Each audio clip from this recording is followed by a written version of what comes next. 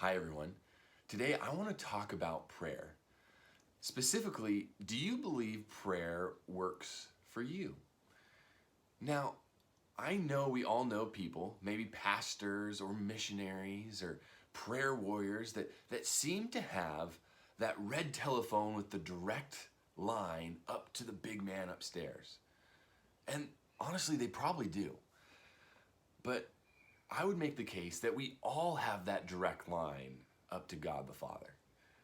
If you look at James, chapter 5, halfway through verse 16, it says, "The prayer of a righteous person has great power as it is working."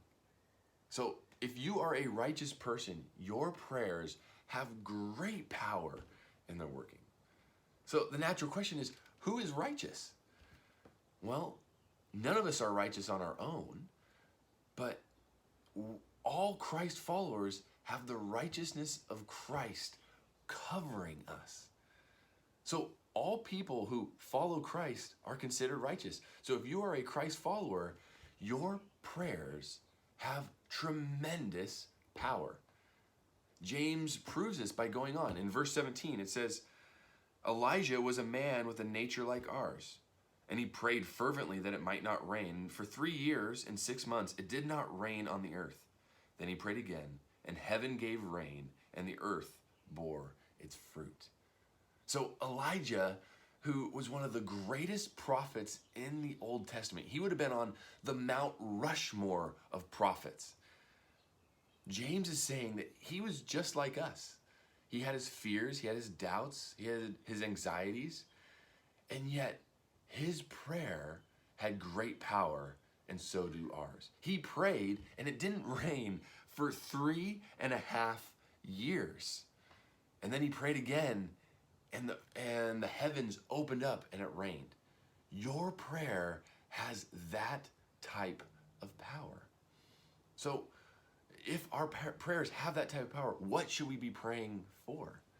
Oh, well, James doesn't leave that out, because he finishes his letter in verse 19 and 20, where he then goes on and says, "My brothers, if anyone among you wanders from the truth and someone brings him back, let him know that whoever brings back a sinner from his wandering will save his soul from death and will cover a multitude of sins."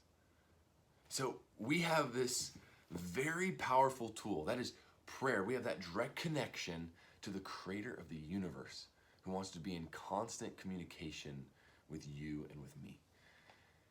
And James is challenging us. He's saying, you know what? I don't believe that you are audacious enough in your prayers. You, just like Elijah, you could potentially stop it from raining, but even more than stopping it from raining, we need to be praying for people and their souls. That is much greater and much more difficult than merely stopping it from raining, changing the weather.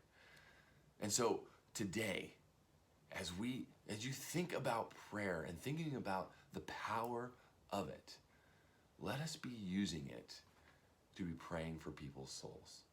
So I want to challenge you today. Make a list of 5 people that you will be praying for and their souls, that they might return to the faith, or they might come to faith for the first time, and that they might become a righteous person, cloaked in Christ's righteousness, as they become a follower of Jesus.